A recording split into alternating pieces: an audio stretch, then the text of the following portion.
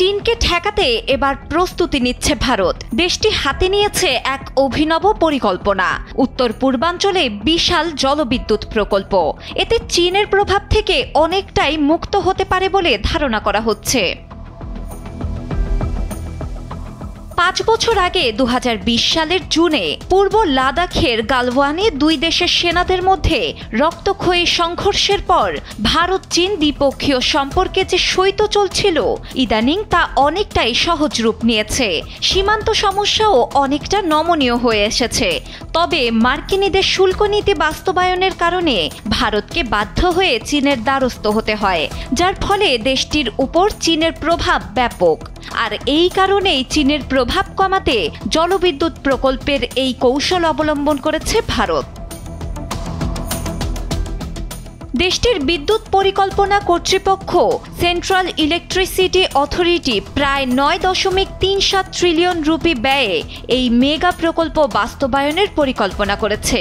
এর অংশ হিসেবে ২০৪৭ সালের মধ্যে ব্রহ্মপুত্র নদী থেকে ৭৬ গিগাওয়াটের বেশি বিদ্যুৎ উৎপাদনের লক্ষ্য নির্ধারণ করা হয়েছে, যা দেশের বাড়তে থাকা বিদ্যুৎ চাহিদা পূরণে বেশ বড় ভূমিকা রাখবে। ব্রহ্মপুত্র চীনের তিব্বত থেকে উৎপন্ন হয়ে ভারতের মধ্য দিয়ে বাংলাদেশে প্রবাহিত।